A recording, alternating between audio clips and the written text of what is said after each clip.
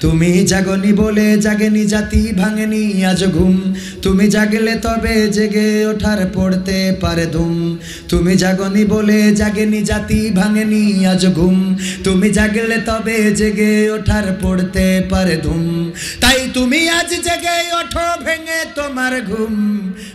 তোমার ঘুম জাগো জাগো বন্ধু জাগো জাগো জাগো শাড়াপোলবাসী জাগো তুমি জাগনি বলে গরিব দুঃখী থাকে যে পথের পরে তুমি জাগনি বলে ধর্ষিতা বোন কাঁদছে অন্ধকারে তুমি জাগনি বলে গরিব দুঃখী থাকে যে পথের পরে তুমি জাগনি বলে ধর্ষিতা বোন কাঁদছে অন্ধকারে তুমি জাগনি বলে হচ্ছে যে খুন হচ্ছে কত গুম তুমি জাগলে তবে জেগে ওঠার পড়তে পারে ধুম জাগো জাগো ও যুবক জাগো জাগো জাগো ও আমার ভাইরা জাগো তুমি জাগনি বলে জুলুম সহে মাজলুম আছে যারা তুমি জাগনি বলে জুলুম করে পার পেয়ে যাই তারা তুমি জাগনি বলে জুলুম সহে মাজলুম আছে যারা তুমি জাগনি বলে জুলুম করে পার পেয়ে যাই ওরা তুমি জাগনি বলে নিরাপদে নেই পথঘাট কি বারুম তুমি জাগলে তবে জেগে ওঠার পড়তে পারে ধুম জাগো জাগো বন্ধু জাগো জাগো জাগো শাড়াপোলবাসী জাগো তুমি জাগনি বলে মিডিয়ার কলে নষ্ট হচ্ছে জাতি তুমি জাগনি বলে হকের দ্বারে মারছে বাতিল লাথি কয়তো কয় না ভুল বললাম তুমি জাগনি বলে মিডিয়ার কলে নষ্ট হচ্ছে জাতি তুমি জাগনি বলে হকের দ্বারে মারছে বাতিল লাথি তুমি জাগনি বলে দাউ দাউ করে জ্বলছে যে আগুন তুমি জাগলে তবে জেগে ওঠার পড়তে পারে ধুম জাগো জাগো বন্ধু জাগো জাগো জাগো বন্ধু জাগো তুমি জাগনি বলে হুতুম পেশা ডাকছে মাথার পরে তুমি জাগনি বলে কোরআনের পাখি বন্দি কারাগারে তুমি জাগনি বলে হুতুম পেশা ডাকছে মাথার পরে তুমি জাগনি বলে কোরআনের পাখি বন্দি কারাগারে তুমি জাগনি বলে শীতের রাতে হয় না যে তার ঘুম তুমি জাগলে তবে জেগে ওঠার পড়তে পারে ধুম জাগো জাগো বন্ধু জাগো জাগো জাগো আমার ভাইরা জাগো তুমি না জেগে আজ পথ চেয়ে আছো জাগবে বুঝি কেউ তুমি বিশ্বাস করো এমন কথা ভাবছে বসে সে বুঝা গেছে রাজা বললেন গো আমার রাজ্যের মানুষ তোমরাই আমার পুকুরে দুধ ঢেলে রেখে যাবা আমি যে পুকুরটা বানিয়েছি ওটা দুধের পুকুর বানাবো ওই দুধের পুকুরে রাজ্যে ঘোষণা করে দাও আমার জনগণ যেন দুগ্ধ দহন করে গাই গরু থেকে দুগ্ধ দহন করে আমার পুকুরে ঢেলে রেখে যায় রাজার এই আদেশ সারা রাজ্যে ছড়িয়ে দেয়া হলো সবাই চিন্তা করলো সবাই তো দুধ ঢালবে আমি পানি ঢালি এই চিন্তাটা কে করেছে সবাই করেছে সবাই তো দুধ ঢালবে আমি পানি ঢালি গো এই চিন্তা করে ওই রাতের অন্ধকারে সবাই এসে পানি ঢেলে রেখে গেছে সকালবেলা রাজা চিন্তা করেছে আমার রাজ্যের মানুষ রাতের অন্ধকারে দুধের পুকুর বানিয়েছে আমি ওই দুধের পুকুরে সকালবেলা স্নান করব গোসল করব সকালবেলা যেয়ে দেখে কিসের দুধের পুকুর গো হয়ে আছে পানির পুকুর কের পুকুর কারণ কি জাগবে বুঝি কেউ তুমি বিশ্বাস করো এমন কথা ভাবছে বসে সে তুমি দেখো চোখ খুলে তোমার বিবেকের মূলে তুমি দেখো চোখ খুলে তোমার বিবেকের মূলে লেগে গেছে আজ ঘুম। তুমি জাগলে তবে জেগে ওঠার পড়তে পারে ধুম। তুমি জাগলে তবে জেগে ওঠার পড়তে পারে ধুম। তুমি জাগনি বলে জাগেনি জাতি, ভাঙেনি আজ ঘুম। তুমি জাগলে তবে জেগে ওঠার পড়তে পারে ধুম। জাগার দরকার আছে না নাই? একটু জাগার দরকার আছে না নাই? আমার আল্লাহ বললেন, ইয়া আইয়ুহাল্লাযীনা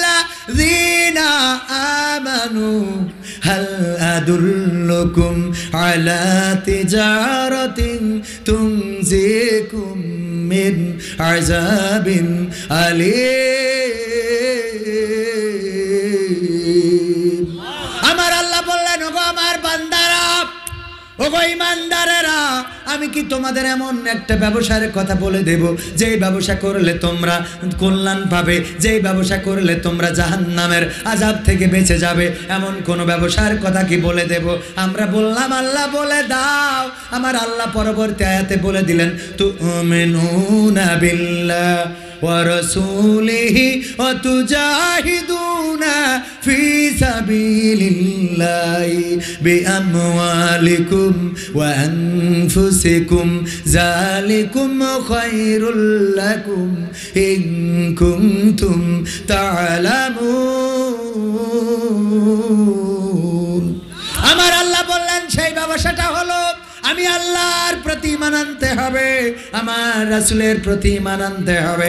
আর আমি তোমাদের যে মাল দিয়েছি, বিআমওয়ালিকুম, আগে এসেছে মালের কথা, তারপরে ওয়া আনফুসিকুম, তারপরে এসেছে জানের কথা। তোমাদের জানমাল দিয়ে আমার দিন কায়েম করার জন্য জিহাদ করতে হবে, সংগ্রাম করতে হবে। আল্লাহর রাস্তায় যদি ডাক এসে যায়, বিজয়ের মাসে যদি কোরআনের মিছিলের ডাক এসে যায়, কোরআন কায়েমের জন্য কোরআনের মিছিলে থাকতে রাজি আছেন কারা কারা? নারায়ে তাকবীর! আছেন তো? রাজি আছেন? কোরআনের জন্য যদি ডাক আসে, কোরআনের মিছিলে সাড়া দিতে হবে। আমি প্রায়ই বলে থাকি, ওগো আমার মাননীয় সরকার, মাননীয় প্রধানমন্ত্রী, ক্ষমতাসীন যারা রয়েছেন, ক্ষমতা নিয়ে আমাদের কোনো মাথা ব্যথা নেই, ক্ষমতা নিয়ে আমাদের কোনো বক্তব্য নেই। কে চেয়ারে আসলো, কে চেয়ারে থাকলো, কে থাকলো না, এটা নিয়ে আমাদের কোনো মাথা ব্যথা নেই গো। আমাদের মাথা ব্যথা হলো, আমরা চাই আল্লাহর জমিনে আল্লাহর দিনটা কায়েম হয়ে যাবে। বলেন ঠিক কিনা? সংসদে যদি আমার মাননীয় প্রধানমন্ত্রী কোরআন কায়েম করে দেয়, আমার মাননীয় প্রধানমন্ত্রী যদি কোরআনের আইন সংসদে কায়েম করে দেয়, আল্লাহর কসম করে বলি ভাইয়েরা, আমার আওয়ামী লীগের ভাইয়েরা থাকতে পারেন, অন্য অন্য দলের ভাইয়েরা থাকতে পারেন, যারা মনে করেন আমরা আওয়ামী লীগ বিরোধী, যারা মনে করেন আমরা বিএনপি বিরোধী, যারা মনে করেন আমরা অমুক দল বিরোধী, তমুক দল বিরোধী, আল্লাহর কসম করে বলি আমরা কোনো দল বিরোধী নই গো। আমরা শুধুমাত্র কোরআনের পক্ষের লোক। কিসের লোক? কোরআনের পক্ষের লোক। আমরা চাই সংসদে কোরআনের আইন কায়েম হয়ে যাবে। চোর চুরি করলে তার শাস্তি হাতের কবজির থেকে কেটে দেওয়া হবে। যদি কেউ ডাকাত করে তাইলে তার যে পাশের পা কাটা হবে, তার বিপরীত পাশের হাত কাটা হবে। এটা কোরআনের আইন। যদি কেউ জেনা করে তাইলে তার মাজা পর্যন্ত গেড়ে দিয়ে, যদি সে বিবাহিত হয় গো, তাইলে মাজা পর্যন্ত গেড়ে দিয়ে ইট পাথর নিক্ষেপ করে তাকে হত্যা করতে হবে। এবার বলেন দেখি, ধর্ষণ এবং জেনার শাস্তি একই শরীয়ত, তাই না? একই আইন। এখন যদি আমি ধর্ষণ করতাম, কি করতাম? ধর্ষণ, কবির বিন সামাদ যদি ধর্ষণ করে, আর যদি সেটা প্রমাণ হয়ে যায়, সাক্ষ্য প্রমাণের ভিত্তিতে প্রমাণিত হয়ে যায়, তাইলে ঠিক এইভাবে আয়োজন করা হবে যে অমুক দিন 5ই ডিসেম্বর কবির বিন সামাদকে সঙ্গে সার করা হবে, পোস্টার করে দেওয়া হবে যে প্রধান আকর্ষণ কবির বিন সামাদ। কারণ কি? ঝাড়া হবে। কি করবে? ও আমার ভাইয়েরা, কবির বিন সামাদের এই অপরাধের জন্য যদি এরকম মঞ্চ করে, প্যান্ডেল করে স্টেডিয়াম করে চারিদিকে লোকজনদেরকে বসায় কোরআনের আইন অনুযায়ী, আল্লাহর নবীর আনিত বিধান অনুযায়ী যদি কবির বিন সামাদকে শাস্তি দেওয়া হয়, মাজা পর্যন্ত গেড়ে দেওয়া হলো, তারপর চারিদিক থেকে ইট পাথর মারা হলো। এই যে ক্যামেরাগুলো আছে আমাদের ভাইয়েরা সবাই ভিডিও করবেন, সেইগুলো আবার ইউটিউবে দিয়ে দেবেন। আবার টেলিভিশনের সাংবাদিকেরা লাইভে কাস্ট করবে, টেলিভিশনে সরাসরি 71 যত টেলিভিশন আছে সব টেলিভিশনে এটা দেখানো হবে। এইটা যখন আমার যুবক ছেলেরা দেখবে গোরে, বলেন দেখি ওরা গার্লস স্কুলের সামনেতে যাবে নাকি? যাবে? গার্লস স্কুলের সামনেতে তো যাবেই না, বরং কোনো মেয়ে যদি বিপদে পড়েও ডাক দেয়, আব্দুল ভাই, কবে ভাই বাপ চাই ভাই, তুই আমার ডাকিস নে, তুই আমার ডাকিস নে, তোর জন্যই নেটওয়ার্ক হারাই ফেলবো, ঠিক না? কোন যুবক আর গার্লস স্কুলের সামনে যাবে না, কোনো মেয়েকে উত্ত্যক্ত করবে না, কোনো মেয়েকে কাটি মারবে না, কোনো মেয়ের বাড়ির সামনে যেয়ে বসে থাকবে না, এতিমের মতো বসে থাকবে না, ফেসবুকে ডিস্টার্ব করবে না, হোয়াটসঅ্যাপে ডিস্টার্ব করবে না, মিস কল বা ফোন কল করে ডিস্টার্ব করবে না। তবে এই ক্ষেত্রে আমার যুবকেরা দায়ী না। আমার যুবকেরা দেখেন কত সুন্দর সোনার টুকরো ছেলেরা, এখানে অনেকেই দাঁড়িয়ে দাঁড়িয়ে কথা শুনছেন, এখানে অনেকেই বসে বসে কথা শুনছেন, এদেরকে খারাপ বানায় বলে মাহফিলে আসার আগে সেটিং করে বলে দিয়েছে আমি যাব, তুমি আমার জন্য বাদাম কিনে রাখবে। কি বিশ্বাস হয় না? বাদাম যদি না দাও তাইলে আমি কিন্তু আর একজনের কাছ থেকে বাদাম নেব, তোমার সাথে ব্রেক ফেল। কি ব্রেক আপ? 7 আপ না, আবার 7 আপ তো ব্রাজিলরা খাতে চায় না। ব্রাজিলকে 7 আপ দিলে ওরা মনে করে ওদের গোলের কথা কোয়া হচ্ছে, এই জন্য ওরা খাতে চায় না, ঠিক না? হ্যাঁ তাই না সভাপতি সাহেব? সভাপতিও জানে। ও আল্লাহ, আপনি কোন দেশের ভক্ত? ব্রাজিল না আর্জেন্টিনা? কোনো এই দেখেন সভাপতি কইলাম না ভালো মানুষ, কোনো খেলার ভক্ত নেই। আলহামদুলিল্লাহ, আল্লাহ কবুল করুন বলেন আমি। ও আমার ভাইরা, আমার যুবকেরা খারাপ নয়, আমার যুবকেরা নষ্ট নয়, আমার এই সোনার ছেলেগুলোকে নষ্ট করছে। ওরাই প্রথমে হাই দিছিল। এই যুবক কথা কয় না, জান্নাতুল ফেরদাউস, সবার আইডির নাম হইল জান্নাতুল ফেরদাউস, আর ওদের আইডিতে মেসেজ দিলেন মানে আপনি জাহান্নামে ঢুকে গেলেন। ওই যে মনিহার ছিদ্র কয়টা? কয়টা? জাহান্নাম কয়টা? একদম মিল করে বানাই দিয়েছে। ওখানে যদি না নিয়ে যায় তাইলে বেড়ে কাপ হয়ে যায়। এই জন্যই যুবকেরা মাঝে মাঝে সিনেমায়ও নিয়ে যায়, নিয়ে যেয়ে বলে এই যে দেখো আজকে ঢুকোই দিলাম দুনিয়ায়, ওয়েট করো পরেরটা লাস্টে। পরেরটা কখন? লাস্টে। পরেরটা লাস্টে হবে। আপাতত দুনিয়াটাই ঢোকো। আমার যুবকদেরকেও গো মেয়েরা তোমরা আর খারাপ বানাইও না, আমার যুবকদেরকে খারাপ বানাচ্ছাও। এখন আবার আরেকটা ফিতনা তৈরি হয়েছে, রাস্তার সাইড দিয়ে বিভিন্ন সিনাক্স তৈরি হয়েছে, বিভিন্ন যে চার দোকান, এই দোকান সেই দোকান, আর ওখানে ওই যে পল গাদা দিয়ে, বিচুল গাদা দিয়ে, গোলপাতা দিয়ে ছোট ছোট ঘর বানায় এমন ভাবে রেখে দিয়েছে গো যে ওর মধ্যে যে কাটি মারামারি করে। হ্যাঁ কি হাউস? কফি হাউসের সেই আড্ডাটা হাজার নেই, হাজার নেই। ও আমার ভাইয়েরা, ও গো আমার মায়েরা, ও গো আমার বোনেরা, আপনাদেরকে একটু বলি কান খুলে শুনে রাখেন। যেই চেহারা দেখায় আমার এই সোনার টুকরো যুবকদের খারাপ বানায় ফেলাচ্ছেন, চেহারার ঝলকানি মারিছেন, ফেসবুকে ছবি ছেড়িয়ে দিয়েছেন, মাঝে মাঝে এমন ছবি ছেড়িয়ে দেয় গো রে। আগে ছিল 3 পিস, তারপর উঠলো 2 পিস, তারপর এখন আবার 1 পিস। আবার সেদিন দেখলাম ঢাকায় স্লোগান দিচ্ছে নেই পিস গো রে। নেই পিস করবে কেমন জাহেল। ওয়াকারনা ফি বুয়ুতি কুন্না ওয়ালা তাবাররাজনা তাবাররুজাল জাহিলিয়াতিল উলা। আমার আল্লাহ বলছেন ওগো নারীরা তোমরা পর্দার মধ্যে থাকো, জাহিলির যুগের মেয়েদের মতো বেপর্দা হয়ে নিজেদেরকে প্রদর্শন করে বেড়ায়ও না।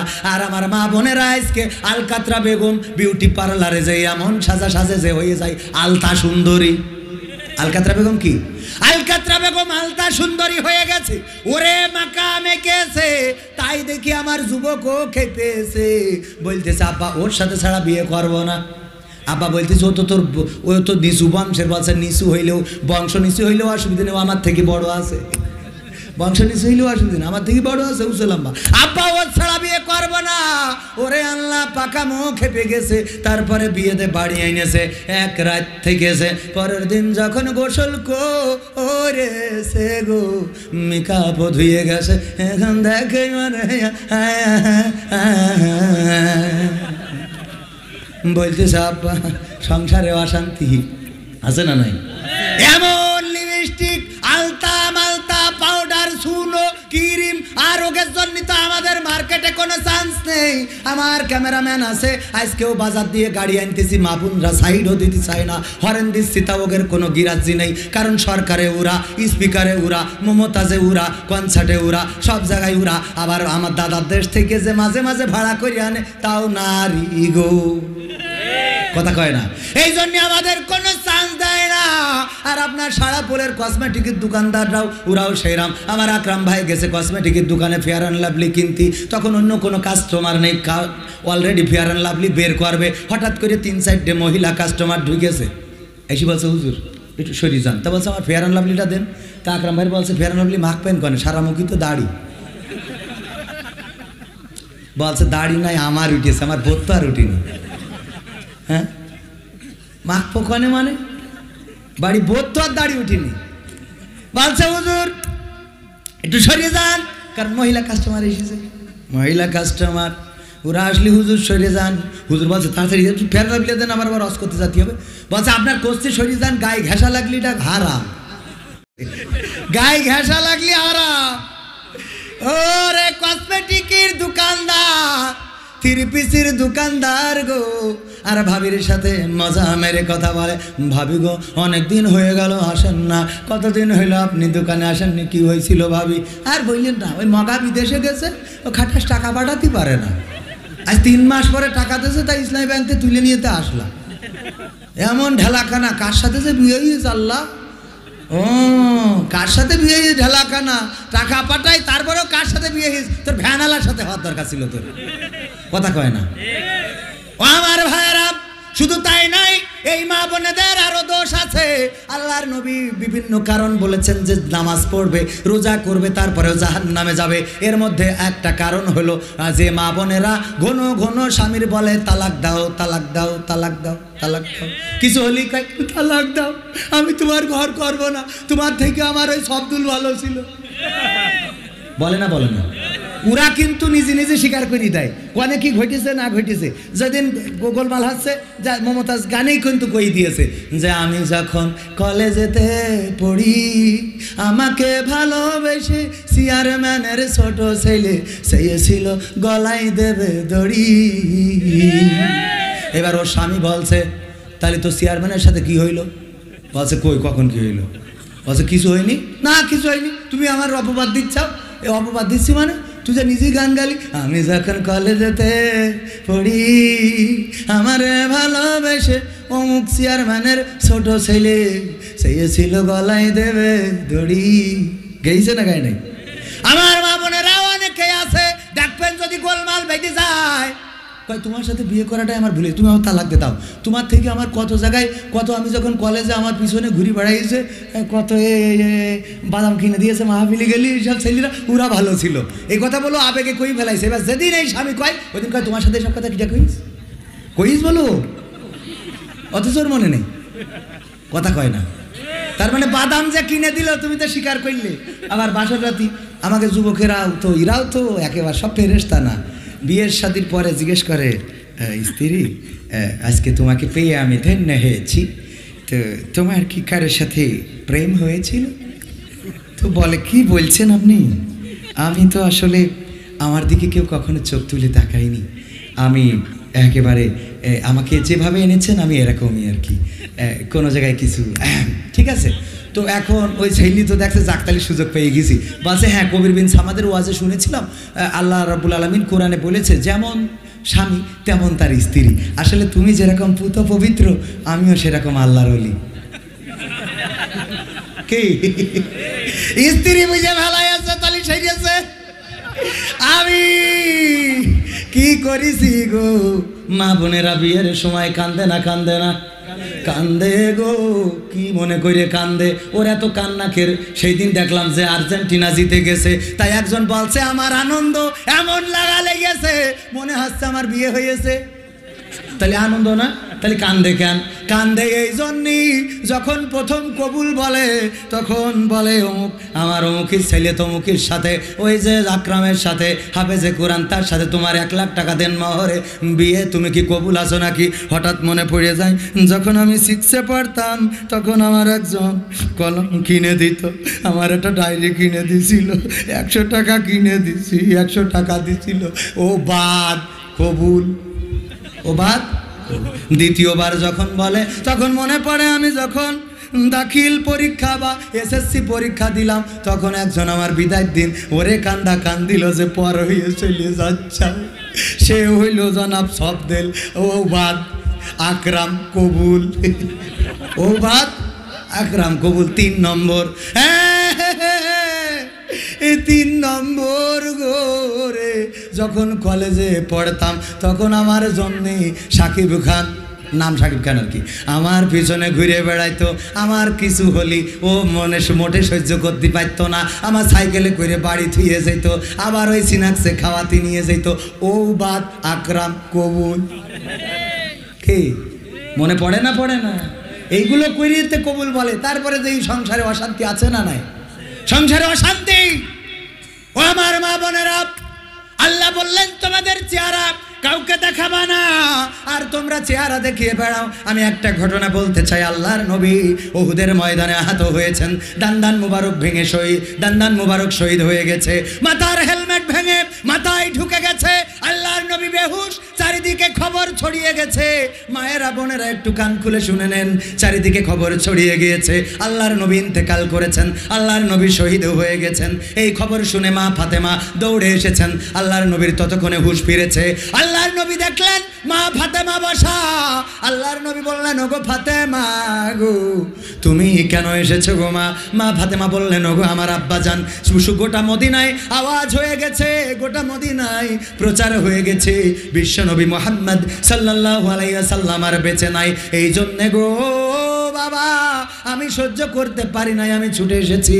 আল্লাহর নবী বললেন ওগো ফাতেমা তোমার বোরকাতে ছিদ্র রয়েছে, একটা ছেঁড়া রয়েছে, যেই ছেঁড়া দিয়ে তোমার গায়ের রং দেখা যায় গো মা। ও গো মা তুমি বলো দেখি তোমার ওই গায়ের বোরখার ওই ছেঁড়া দিয়ে তোমার গায়ের রং কি কেউ দেখে ফেলেছে নাকি?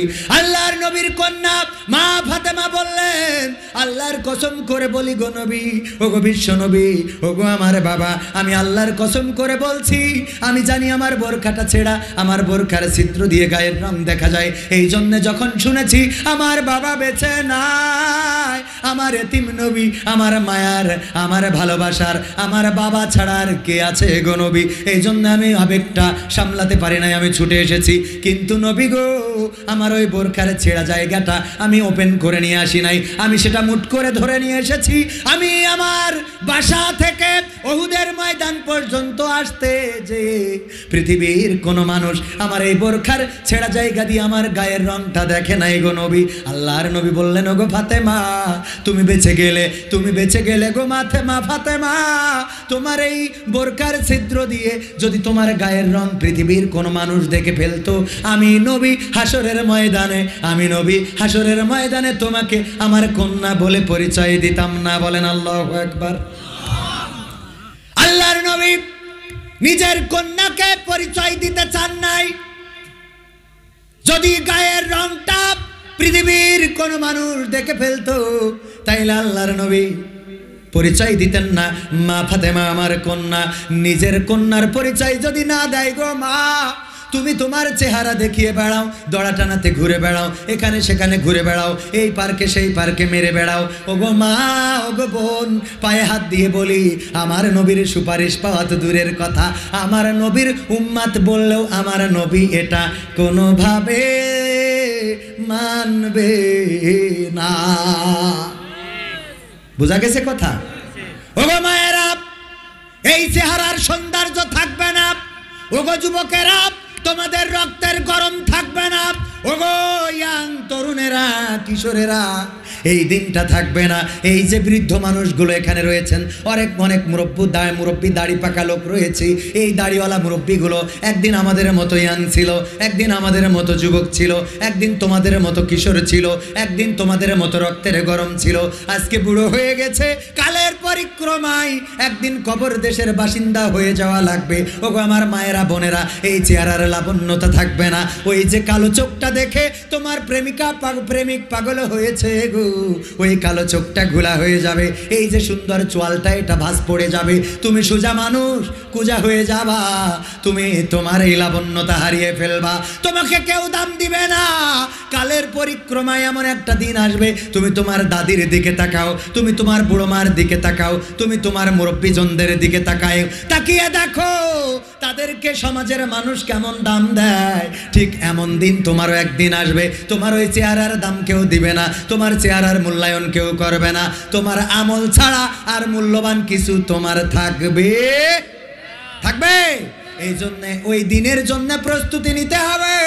আমি প্রথম আয়াত পড়েছিলাম, আমার আল্লাহ বললেন আল্লাযী খালাকাল মাউতা ওয়াল হায়াত লিয়াবলুয়াকুম আইয়ুকুম আহসানু আমালা।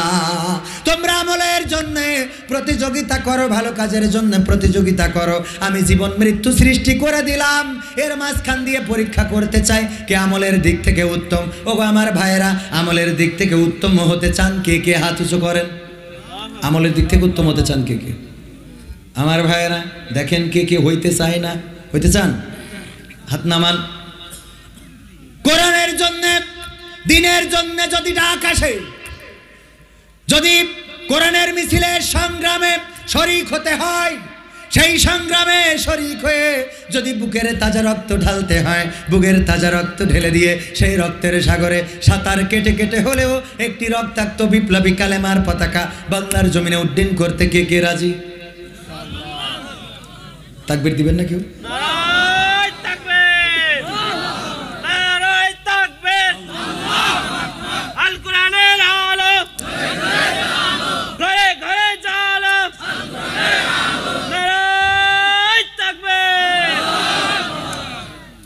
এরকম মুসলমান দিয়ে ইসলাম বিজয় হবে না। মুস্কানের মতো মুসলমান লাগবে। যখন গেরুয়া পোশাকধারীরা তাকে উত্ত্যক্ত করছিল, তখন সে তাকবীর তুলেছিল আল্লাহু আকবার। যেই তাকবীরের আওয়াজ শুধুমাত্র ওই গেরুয়া পোশাকধারীরা শোনে নাই, শুধুমাত্র হিন্দুস্তান শোনে নাই, পাকিস্তান শোনে নাই, আফগানিস্তান শোনে নাই, শুধুমাত্র ইরাক ইরান শোনে নাই, বাংলাদেশ আরাকান শোনে নাই, সেই আওয়াজ আর শাজিম পর্যন্ত পৌঁছে গিয়েছিল। বলেন ঠিক কিনা? মুস্কানের মতো আওয়াজ দিতে হবে, ফিলিস্তিনিদের মতো ইমান জাগ্রত করতে হবে, কাশ্মীরিদের মতো লড়াই করতে হবে। কোরআনের জন্য যদি রক্ত দিতে হয়, জীবন দিতে হয়, রক্ত ঢেলে দিয়ে রক্তের সাগরে সাঁতার কাটতে যদি হয় সাঁতার কাটবো, কিন্তু বাংলার জমিনে কোরআনের অবমাননা মানবো না। কে কে হাত উঁচু করেন?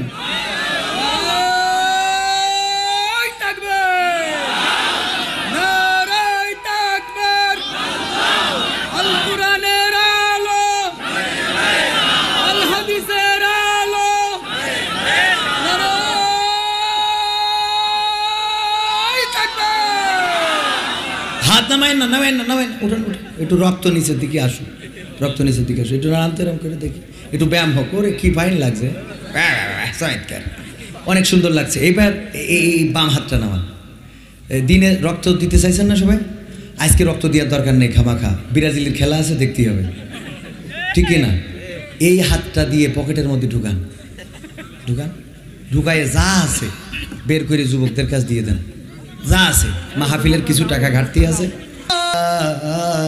সেই তুমি মা একলা একা কেমনে হলে এতটা পাশান, দুধ মাখা ভাত খাইয়ে দিতে অনেক আদর মেখে, আমার সুখে হাসতে তুমি, কাঁদতে দুঃখ দেখে মাগো, দুধ মাখা ভাত খাইয়ে দিতে অনেক আদর মেখে।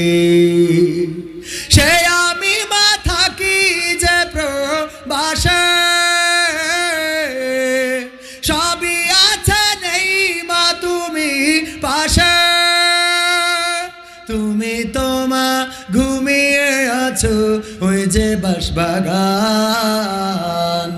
হাত তুলে মা চাঁদ দেখাতে শোনাতে তুমি ঘুম পাড়ানির গান। সেই তুমি মা একলা একা কেমনে হলে এতটা পাষাণ। তোমার ছেলে অনেক বড় হবে, দুঃখে ভরা সংসার তোমার সুখে ভরে দেবে মাগো। তোমার ছেলে অনেক বড় হবে, এই তো আশা ছিল তোমার বুকে। তবে তুমি ঘুমালে সে কোন সুখে, তুমি ছাড়া শূন্য আমার সুখেরই বাগান। হাত তুলে মা চাঁদ দেখাতে শোনাতে তুমি ঘুম পাড়ানির গান। সেই তুমি মা একলা একা কেমনে হলে এতটা পাষাণ। প্রবাসেতে থাকি মাগো দিন তো কেটে যায়, গভীর রাতে তোমার স্মৃতি আমাকে কাঁদায় ও মা। প্রবাসেতে থাকি মাগো দিন তো কেটে যায়, বিদেশ থেকে ফিরলে দেশে মাগো তোমার আদর স্নেহ নায়ার পাব। তুমি তোমা হতে পারো না এতটা পাষাণ। হাত তুলে মা চাঁদ দেখাতে শোনাতে তুমি ঘুম পাড়ানির গান। সেই তুমি মা একলা একা কেমনে হলে এতটা পাষাণ মাগো।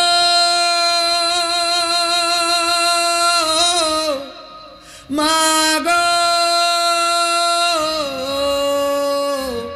ও ও আমার জনম